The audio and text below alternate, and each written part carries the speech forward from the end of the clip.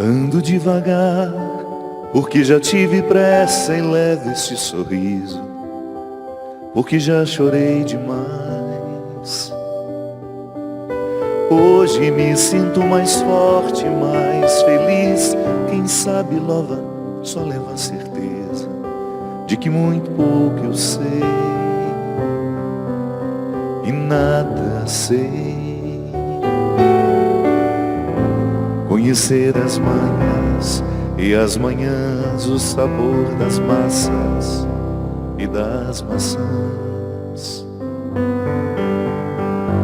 É preciso amor para poder pulsar, é preciso paz para poder sorrir, é preciso chuva para florir.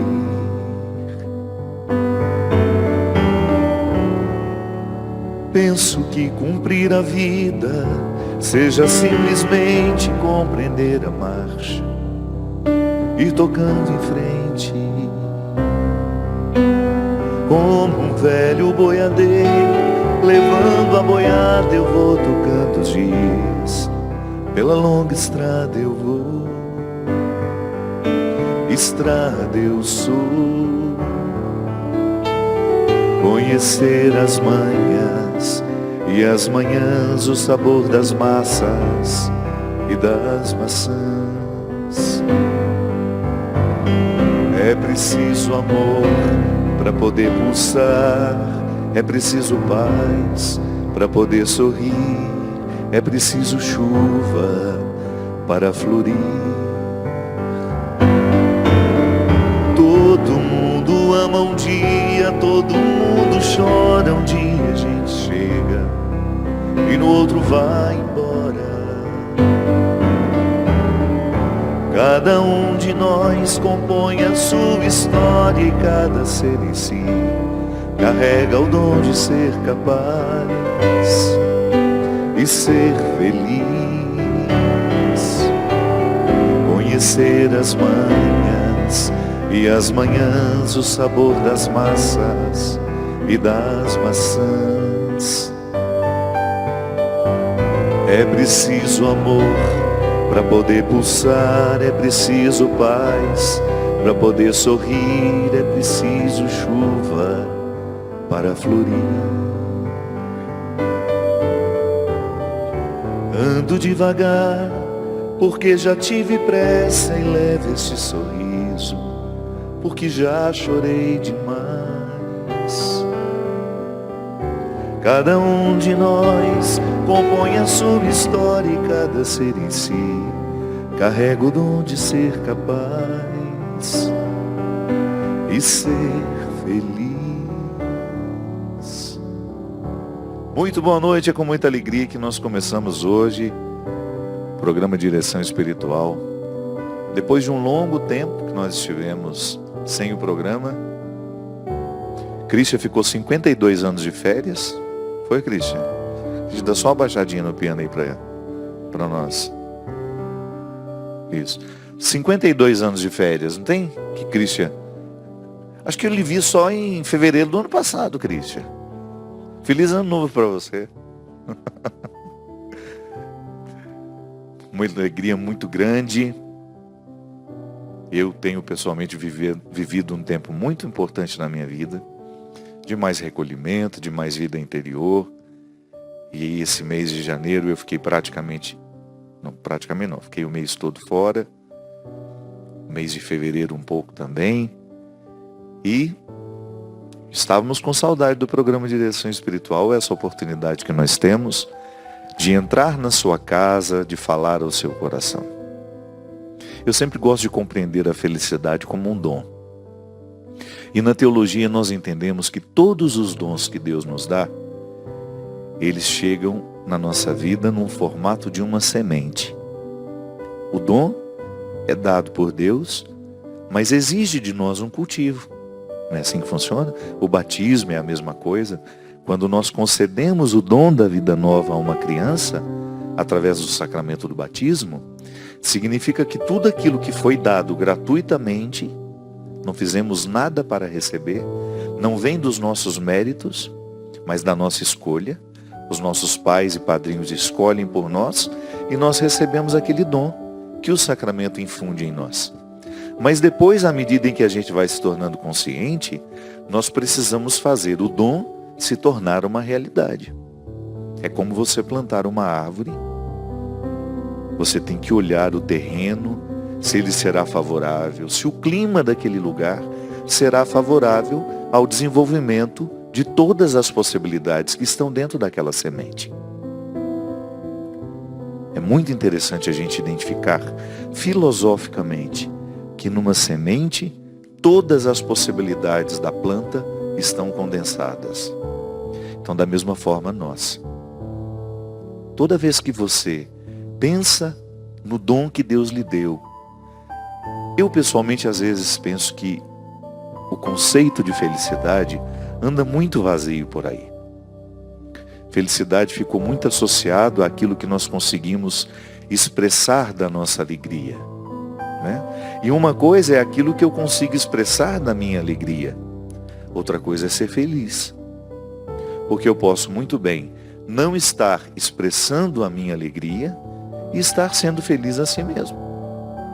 Felicidade é um conceito um pouco mais profundo do que tudo aquilo que nós conseguimos expressar dela.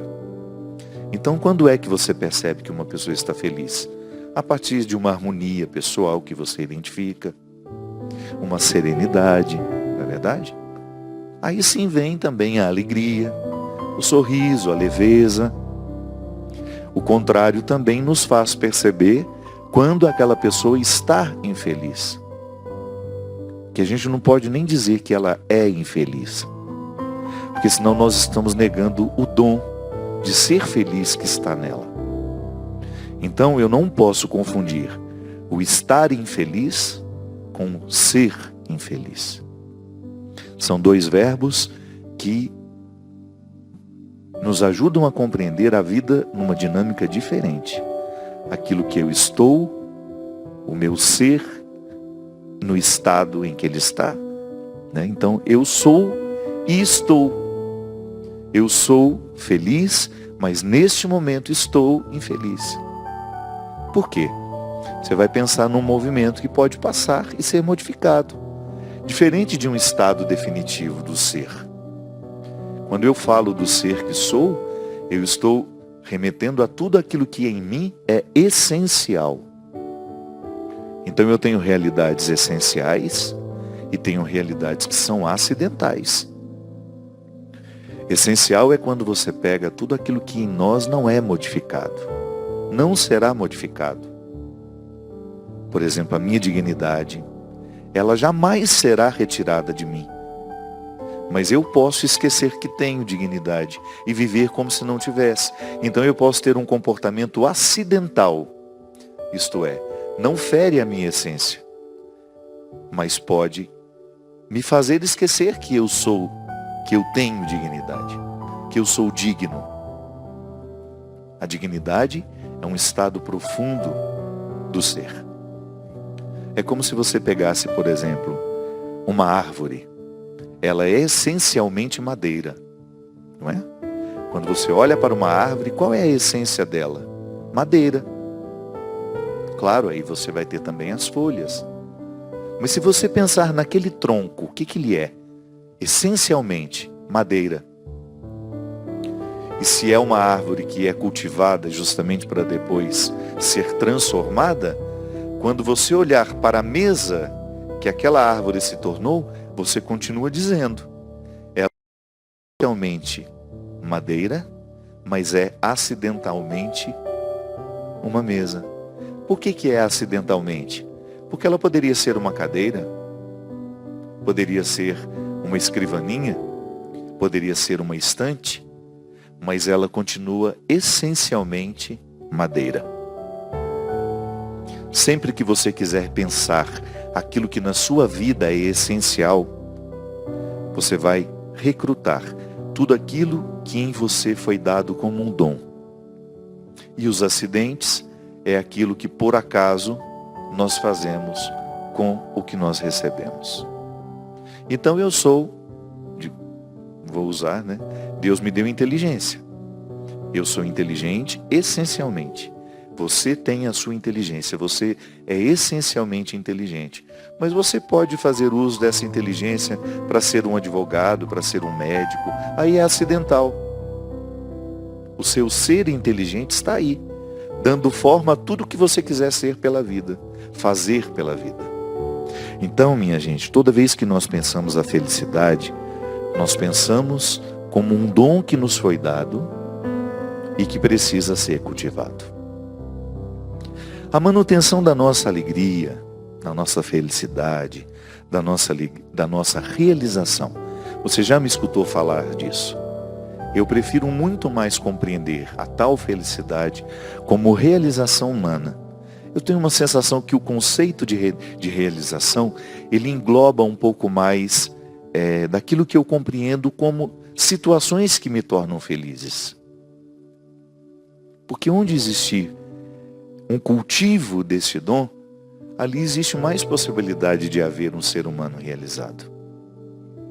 A realização depende, primeiramente, do processo do autoconhecimento. Sem o autoconhecimento, como é que eu vou realizar aquilo que eu sei? Ou melhor, como é que eu vou poder realizar aquilo que eu sou, se eu ainda não sei que sou? Sim, porque eu posso estar aqui com todas as possibilidades da semente e não saber que estou. Se eu não vivo um processo de autoconhecimento, que me chega através da investigação que faço, do quanto eu presto atenção em mim, no meu comportamento, no meu jeito de ser, no quanto eu pergunto sobre mim aos meus pais. Ainda ontem eu falava disso lá no evento do Rio de Janeiro. Como é importante a gente ter a oportunidade de perguntar aos nossos pais como nós éramos quando crianças. Como foi que nós enfrentamos as primeiras dificuldades da vida? Quem foram os nossos melhores amigos? Quem foram as pessoas que tiveram influência sobre nós? Porque os nossos pais detêm conhecimento sobre nós que ninguém mais terá. Eles nos viram de um jeito único. Eles nos viram numa fase da vida que só eles podem nos contar. Por isso é tão importante a gente estar com pessoas que nos amaram profundamente nessas primeiras fases da vida, porque geralmente quem nos amou de verdade terá mais facilidade de ser fiel àquilo que nos conta. Então a gente saber de nós através do outro, isso é a experiência de autoconhecimento. E aí você começa aos poucos montar o quebra-cabeça. Sim, porque todos nós somos um quebra-cabeça. Há tantas coisas no meu jeito de ser hoje que eu ainda não sei entender porque eu ainda não montei as peças. O meu jeito de ser hoje, ele está intimamente conectado a muitas coisas que eu recebi na minha infância, que fizeram parte, que foram acumuladas em mim, situações que foram acumuladas em mim naquilo que nós chamamos de inconsciente, que é essa parte do ser, né? Nós não sabemos em que lugar está localizado no cérebro, mas é uma parte do ser que é atuante sobre nós e não é conhecido. Eu me lembro que nas minhas aulas de psicologia, com a minha queridíssima professora Udi, Maria de Lourdes Tridapali, lá de Santa Catarina de Brusque, uma das pessoas mais sábias, mais coerentes que eu conheci na minha vida era a professora Udi. Era não, porque ela continua vivíssima. É a professora Udi. E eu me lembro que eu me interessei muito, já gostava de psicologia, mas com as aulas da professora Udi eu quis ir além. Eu estava fazendo um curso de filosofia com uma licenciatura em psicologia. Então eu poderia sair dali como um professor de filosofia, de psicologia e de educação, que era a área específica do nosso estudo. Mas a professora Udi, ela nos introduziu na psicologia de uma maneira geral. E quando nós estudávamos Freud, ela falava justamente da grande descoberta que é o inconsciente. E ela falava isso. O inconsciente é desconhecido, mas é atuante. Então eu o desconheço, mas ele atua muito sobre mim. Eu tenho comportamentos que estão intimamente ligados a ele, que são ditados por ele. O que é pior, né? Quando eu Fábio consciente que sou, acabo sendo movido por motivos inconscientes. Então fica difícil de agir nas causas. Eu lido muito mais com as consequências do meu agir. E por isso que às vezes, por não termos o autoconhecimento, nós temos muita dificuldade de mudar um jeito de ser.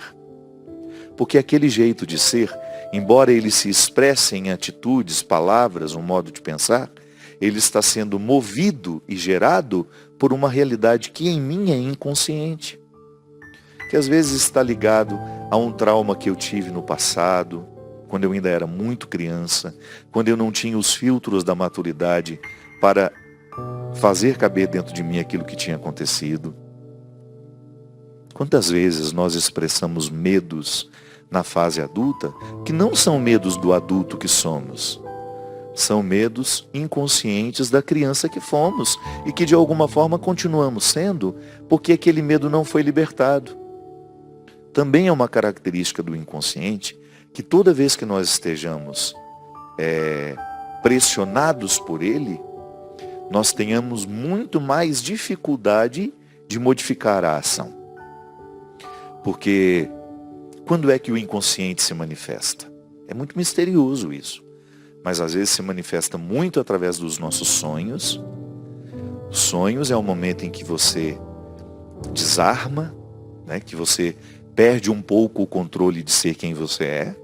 E aí o consciente manda os recados, porque ele quer ser libertado. De alguma forma, a mente fica oprimida pelos motivos inconscientes. Então, toda vez que eu jogo para fora e consigo trazer à consciência um motivo que até então era desconhecido, porque estava inconsciente, eu consigo me libertar.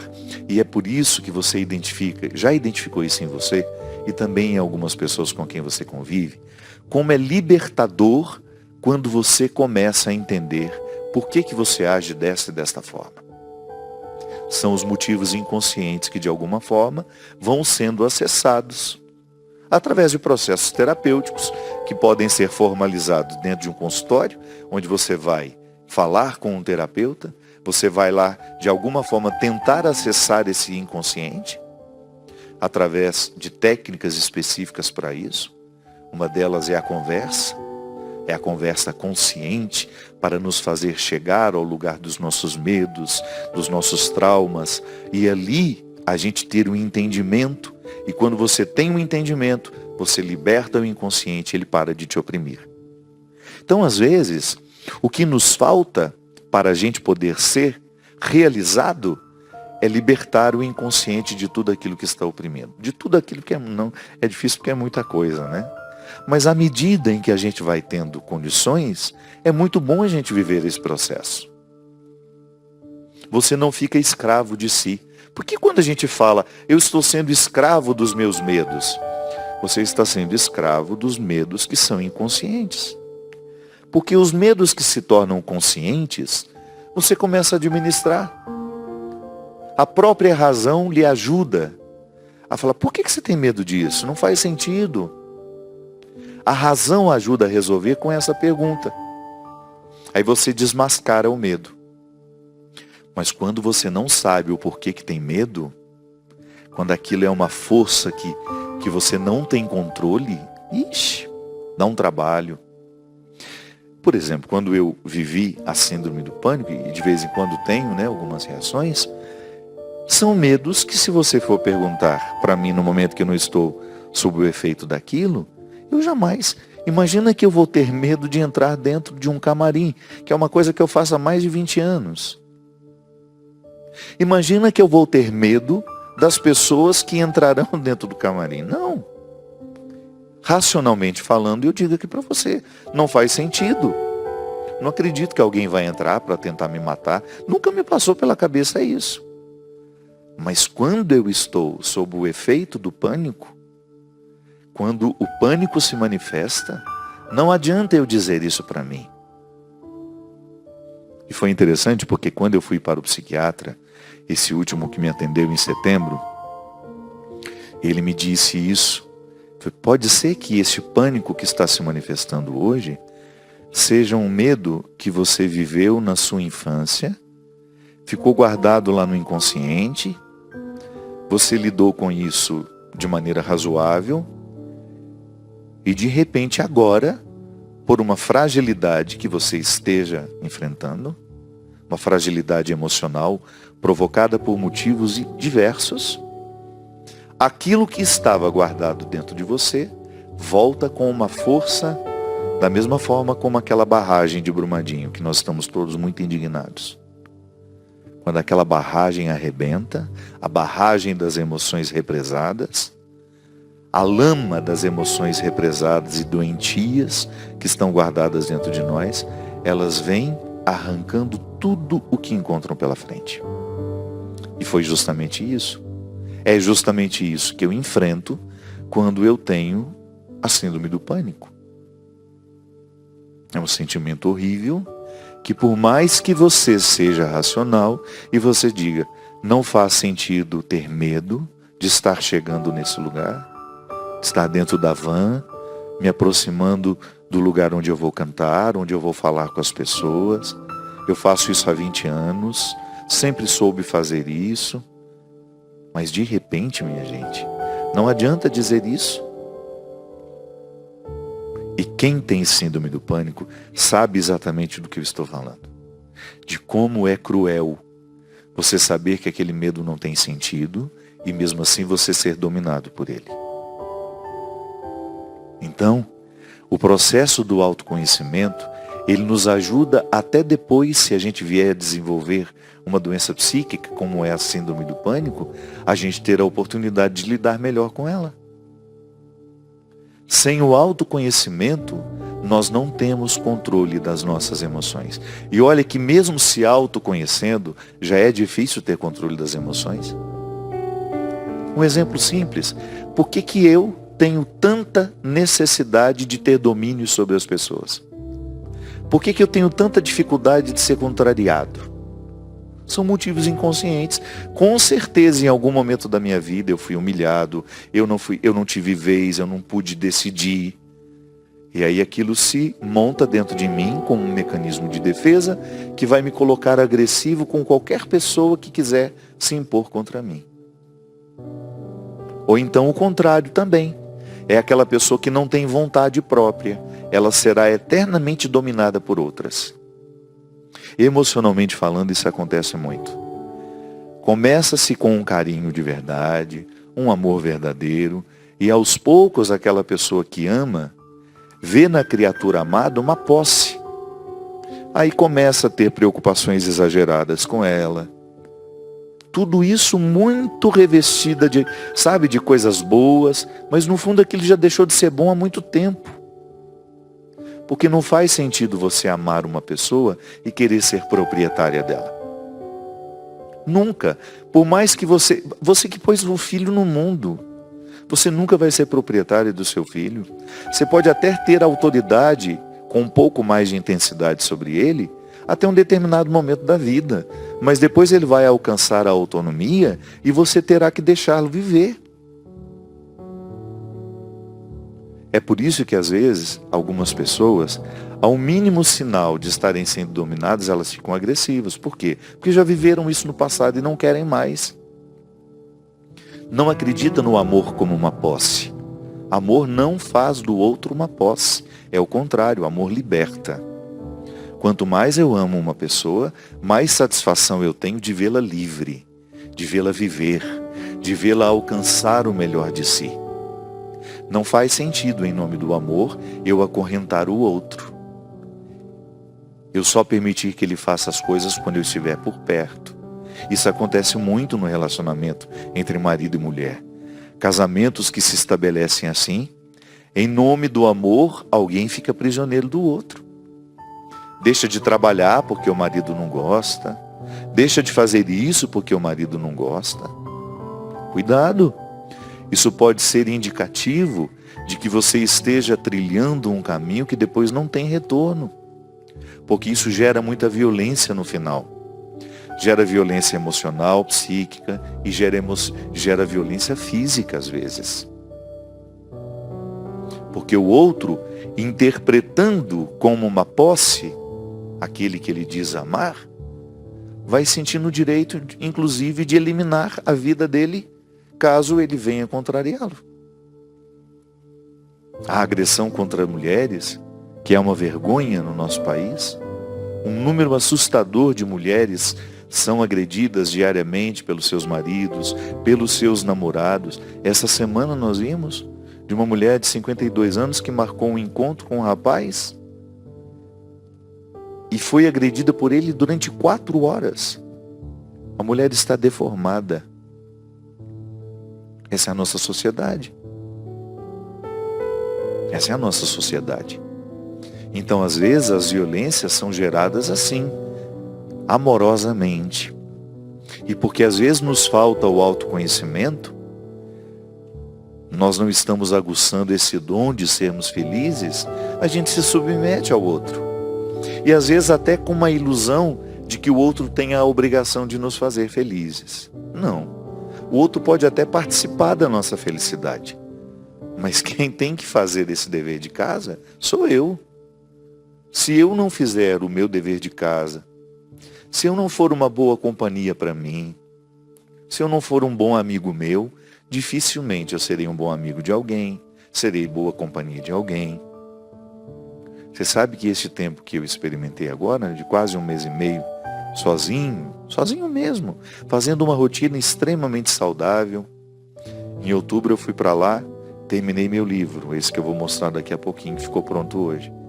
Agora, nesse tempo que eu estava lá, escrevi quase 140 páginas de um projeto meu que estava parado há muito tempo. Mas por que será que eu não faço isso na minha casa aqui em Taubaté? Por que será que eu não consigo ter uma rotina, uma disciplina, um cultivo maior do silêncio? Porque eu sou naturalmente disperso. Tenho uma tendência a ser disperso. E se eu estou num ambiente que me dispersa, eu quero descer lá na cozinha, eu quero conversar com a Teca, eu quero conversar com o outro. Falei, para lá, vem para cá. A partir do momento que você não tem com quem conversar, que você está dentro de uma casa, que você vai fazer seu almoço, você vai limpar sua casa, você vai cuidar do seu dia a dia, você começa a conviver com você e você vai acessando uma fertilidade que só essas situações despertam dentro de nós. E ali você precisa aprender a conviver com você. E como é positivo, minha gente. Como faz bem pra gente a gente ter o direito de viver um tempo em solidão. De você descobrir-se companhia para você. De você oferecer-se. Sabe? Que às vezes a gente se oferece tanto para os outros, mas ouse oferecer-se a você. O autoconhecimento passa por isso. Pela oportunidade que nós temos de observar o nosso jeito de viver e de ser. Porque é a partir dessa observância que a gente vai tomando contato com aquilo que nós somos e, sobretudo, com aquilo que nós podemos fazer do que somos, transformando-nos diariamente na melhor versão que podemos alcançar de nós. Nós vamos para um rápido intervalo e a gente volta já já com o programa Direção Espiritual.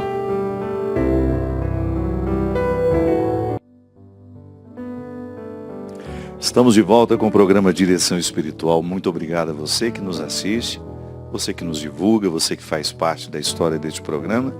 Há 12 anos, primeiro toda quinta-feira, agora toda quarta, com reprise no sábado às 20 horas. E depois, para quem não dorme, de domingo para segunda, à 1 da manhã. Não é isso, Binha? Gente, olha que belezura do livro novo que acabou de chegar hoje. Vai começar a chegar nas livrarias a partir do início de março, mas já existe a venda no site do Amazon. Para quem tem produtos da Canção Nova também no Amazon já? Já tem também, né? Alguns livros já estão lá. A Amazon é hoje uma das maiores oportunidades, né, que a gente tem de comprar livro, receber em casa. Eu já sou cliente deles há muitos anos. Reformei a minha biblioteca, né? Cheguei até a ser muito criticado, duramente criticado. Que eu só compro livro, que eu só compro... A Cidinha todo dia recebia uma caixa lá, por fim ela já estava... O que será tanto tem nessas caixas, gente? Então, www.amazon.com.br. O livro Por Onde For o Teu Passo, que lá esteja o teu coração, já está na pré-venda com uma, como é que chama isso?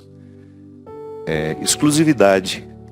Está com exclusividade de pré-venda no Amazon.com. E eu tive uma notícia muito agradável, que se tudo der certo, a Canção Nova fará uma parceria com a Planeta para ter o selo da Canção Nova neste livro também. Não é bom isso?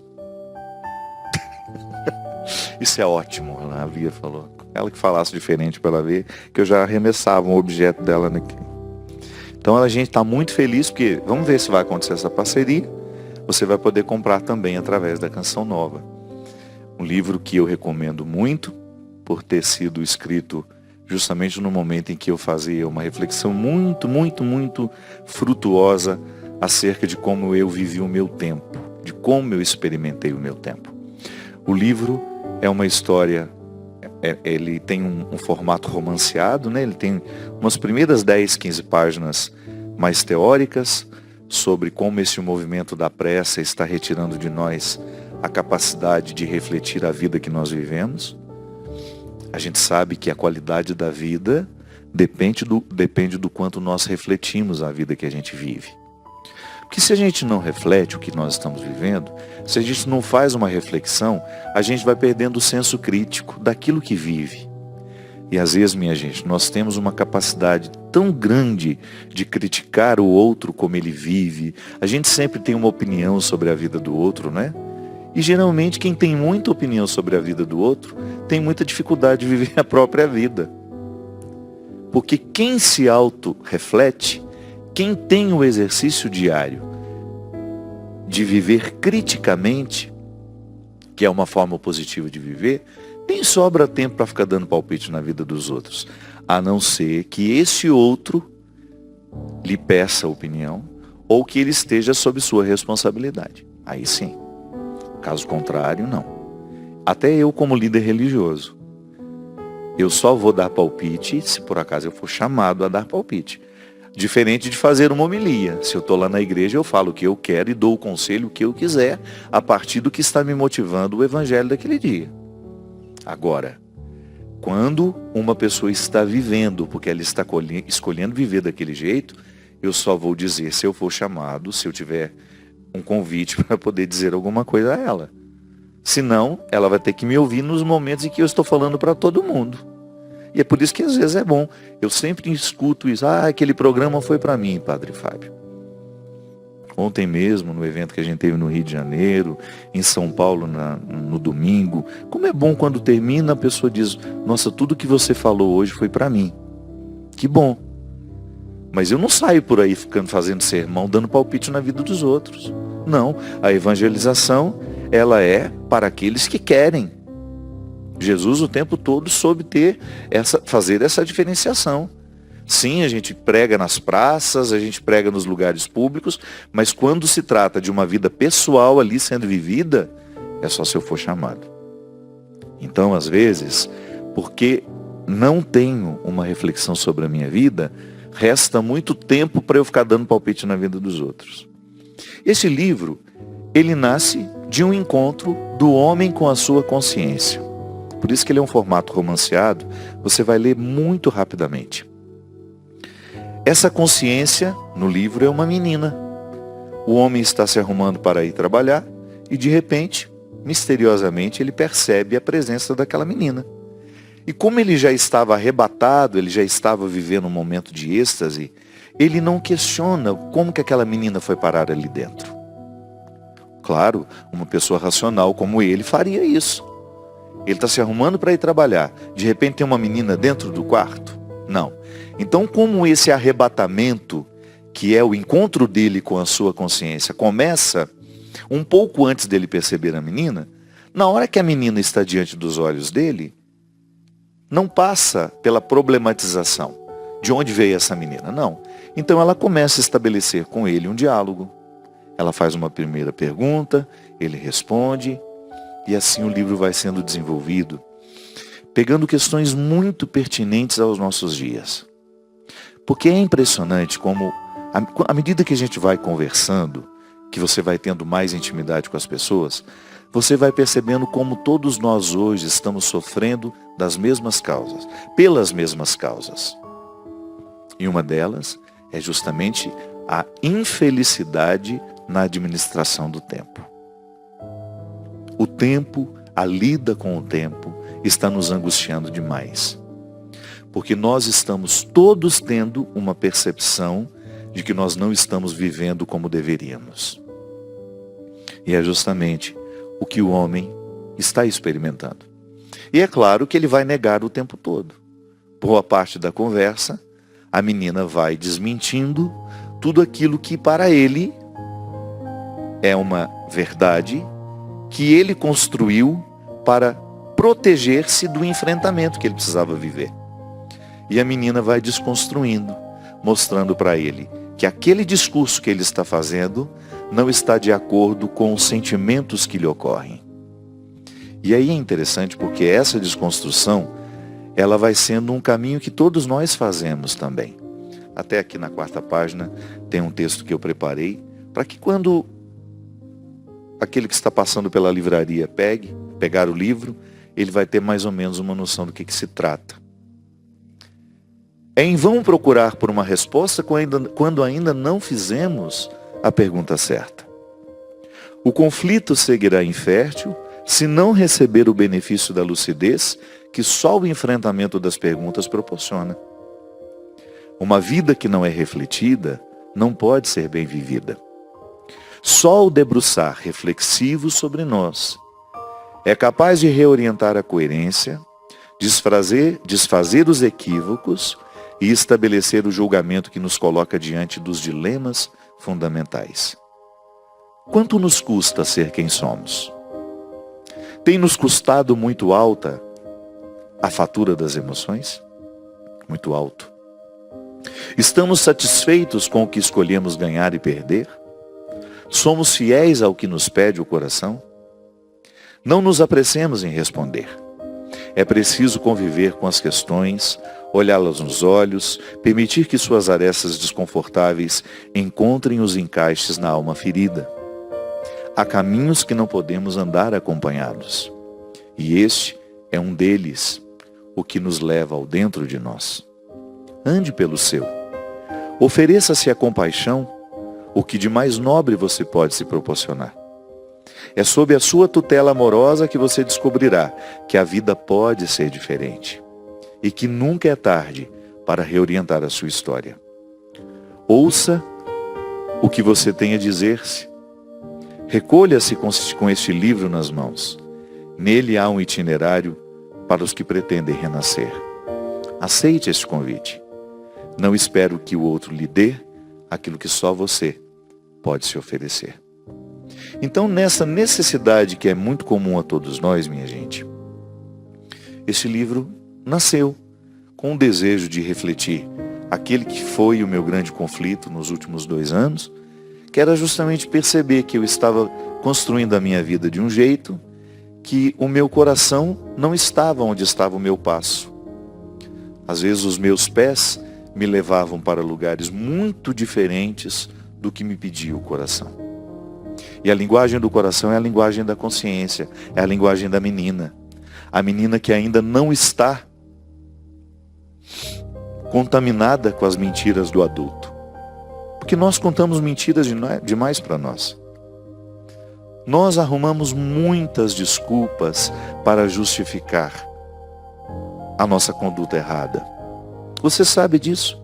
Quantas vezes você se pegou fazendo justamente uma defesa daquilo que é indefensável em você? Quantas vezes você tentou defender para o outro aquilo que nem para você é justo ser defendido? Porque você sabe que está errado. Aquela maneira que você assumiu de viver, o excesso de tantas coisas que lhe retiram às vezes o direito de desfrutar até daquilo que a vida já lhe deu. Nós estamos protelando, deixando para outro dia as nossas alegrias, a nossa felicidade. E não é justo. Não é justo. Não é justo nós ficarmos justificando e mentindo para nós, criando uma defesa de um jeito de ser que precisa ser modificado urgentemente. Sem medo de errar. Andando por aí, conhecendo as pessoas, falando com aquelas que eu já conheço há muito tempo, nós estamos todos vivendo o mesmo conflito. Nós estamos com uma sensação de que o tempo está passando e nós não estamos extraindo de nós o melhor que podemos extrair. Por quê? Porque estamos com pressa, estamos excessivamente cansados, com demandas muito além das nossas possibilidades. Não estamos tendo tempo para viver as nossas emoções como elas merecem ser vividas. Nós não estamos tendo tempo para viver o processo do autoconhecimento. Então sofremos sem saber por que estamos sofrendo. Erramos porque não sabemos por que estamos errando. E de repente, um conflito se estabelece. Há um momento do livro em que a menina conta para o homem, quando ela faz a reflexão sobre o tempo, ela conta uma história de José Saramago, o grande escritor português. Numa das últimas entrevistas de Saramago, estava dando uma coletiva de imprensa, uma repórter pergunta para ele: Saramago, você que é um homem tão vitorioso, que já ganhou tanto prêmio na sua vida como escritor, o que você gostaria de ganhar nessa fase da vida? E Saramago, vivendo um tempo de silêncio, como se julgasse aquela pergunta dentro dele, desejoso de responder para ele e não para a repórter, sim, porque às vezes o outro nos pergunta, mas quem está precisando daquela resposta somos nós. E como Saramago era um homem muito sábio, muito introspecto, ele certamente identificou que aquela pergunta não era só para dar à repórter, mas era sobretudo para ele. E aí ele respondeu que naquela fase da vida, se ele pudesse escolher ganhar alguma coisa, ele escolheria ganhar tempo. Quando eu vi aquela entrevista, minha gente, aqui aliás está num documentário sobre a vida dele, eu fiquei pensando como é verdadeiro isso.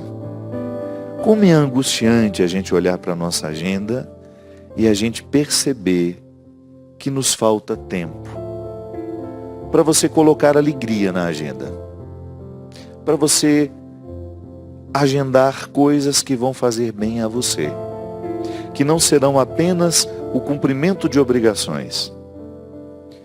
Como é especial e como é luxuoso você tirar um dia para você de fato ficar com você. Como eu estava dizendo para vocês, esse tempo que eu fiquei em Portugal, não fiquei com os outros, não foi um tempo que eu tirei para ficar com pessoas, não. Tanto é que eu encontrei pouquíssimas pessoas. Claro, eu tinha minha rotina, esbarrava em alguém aqui e ali, mas conversar mesmo, conviver, não. Foi um tempo meu. Eu não tinha obrigação nenhuma de sair da minha casa, encontrar-me com este ou aquele. As poucas vezes que isso aconteceu foi porque eu quis. Aqui não. No meu dia a dia, e você também, certamente, nós temos muitas obrigações a serem cumpridas. Mas muitas. E aí, de repente, você descobre que o luxuoso é você poder olhar para a sua agenda e dizer, hoje eu quero viver isso. E você ter o direito. Ah, padre, mas esse mundo que o senhor está falando aí é muito ilusório. Nós trabalhamos muito. Eu sei, eu também trabalho muito. E tenho repensado muito esse excesso de trabalho. Nós precisamos criar, não precisamos parar de trabalhar. A não ser que você já possa e queira. E escolha isso. Olha, eu já posso parar de trabalhar, já fiz um patrimôniozinho, vou viver com menos, vou modificar a estrutura da minha vida, vou gastar menos, mas eu quero viver melhor. É diferente. Mas nós criarmos, porque às vezes, minha gente, até o tempo que nós temos para descansar, nós não gastamos de maneira inteligente. Às vezes nós somos muito infelizes na maneira como nós escolhemos gastar o nosso dia de descanso. A começar por esse aparelho, que é muito citado aqui nesse livro. Esse invasor autorizado, que retira a nossa paz dentro do nosso quarto, porque para onde a gente vai, a gente leva isso. Então isso é muito recente. Essa dependência que nós temos deste aparelho, ela é muito recente. Nós estamos protagonizando a mudança. Quais são as doenças que isso trarão para nós? Nós somos a primeira geração que está vivendo isso. Os nossos filhos já estão, mas nós estamos antes deles. Quais são os desequilíbrios emocionais, físicos, que isso vai trazer para nós? Só o tempo vai dizer. Então, às vezes, o tempo de descanso, nós escolhemos gastar da pior forma, sem nenhuma inteligência. Então, eu espero que este livro possa lhe fazer o mesmo bem, ou até mais, do que ele já fez para mim no momento que eu escrevi. Ele foi muito importante para mim, sobretudo no momento em que eu fiz. No momento em que eu convivi com ele, né, porque eu gosto de conviver com os meus livros antes de escrevê-los. Tanto é que eu escrevi rapidinho, porque eu já tinha convivido tanto tempo com ele, mas o meu jeito de viver não me permitia torná-lo concreto. Tanto é que vocês percebem, há muitos anos que eu não lançava um livro meu. O último que eu lancei foi aquele com Karnal. Foi fruto de uma conversa, sentamos lá e conversamos. Mas o debruçar sobre um texto, isso exige tempo, exige descanso. Você tem que estar bem para poder fazer. Então eu já tinha convivido muito tempo com as questões que me incomodavam neste livro. E aí, quando eu fui escrevê-lo, foi um processo fácil. E por falar em viver bem, eu quero convidar você que está esperando a oportunidade de viajar, de fazer uma peregrinação para a Terra Santa e de maneira especial comigo. Nós vamos passar Pentecostes em Jerusalém. Nós vamos sair no dia 8 de junho e retornaremos no dia 17. E você é o nosso convidado. Será uma viagem maravilhosa, conhecendo Israel, os lugares mais importantes da nossa fé, lugares por onde Jesus passou, celebrar todos os dias, viver com intensidade a mística daquele lugar, que tão bem faz a quem passa por lá. Então queria convidar você para se programar, para estar conosco, de 8 de junho até o dia 17. Ligue para os telefones que aparecem aí na sua tela. Vai aparecer agora, Bia, ou não? Pode ligar tanto para a Canção Nova, ou amanhã para a Obra de Maria, para você fazer a sua consulta, ver as condições de pagamento, para ver se cabe dentro das suas perspectivas. E um conselho, se couber, se você tiver vontade, faça isso. Às vezes nós ficamos adiando os nossos sonhos, ficamos guardando dinheiro por uma situação que a gente nem sabe se vai acontecer. É claro que ninguém pode ser imprudente. Mas se você acha que este sonho está na hora de realizar, faça. Não espere adoecer, não espere mais não ter saúde.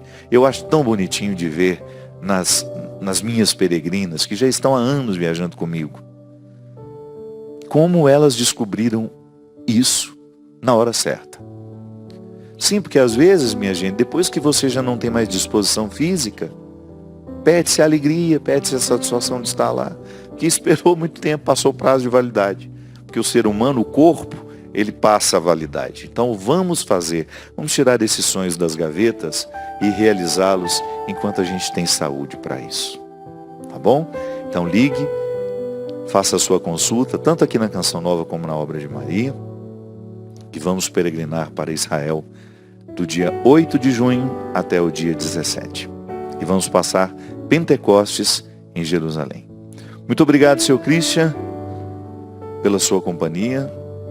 Até a semana que vem. Vamos ver se o Christian estará aqui na semana que vem. Pode ser que ele esteja em algum país nórdico, alguma viagem importante, né? E muito obrigado a você que me acompanha toda quarta-feira. Obrigado pela paciência desse tempo que o programa foi só reprise. Obrigado pelo seu carinho, pela oportunidade que eu tenho de estar e fazer parte da sua casa, da sua vida. E derrame sobre todos nós a bênção e a proteção do céu, do Deus Todo-Poderoso, Ele que é Pai, Filho e Espírito Santo. Amém. Até a semana que vem, se Deus quiser. Todo mundo ama um dia, todo mundo chora um dia, a gente chega e no outro vai embora.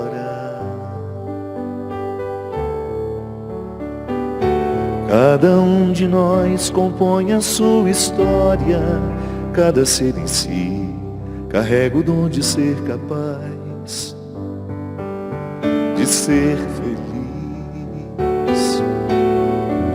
conhecer as manhãs e as manhãs, o sabor das massas e das maçãs.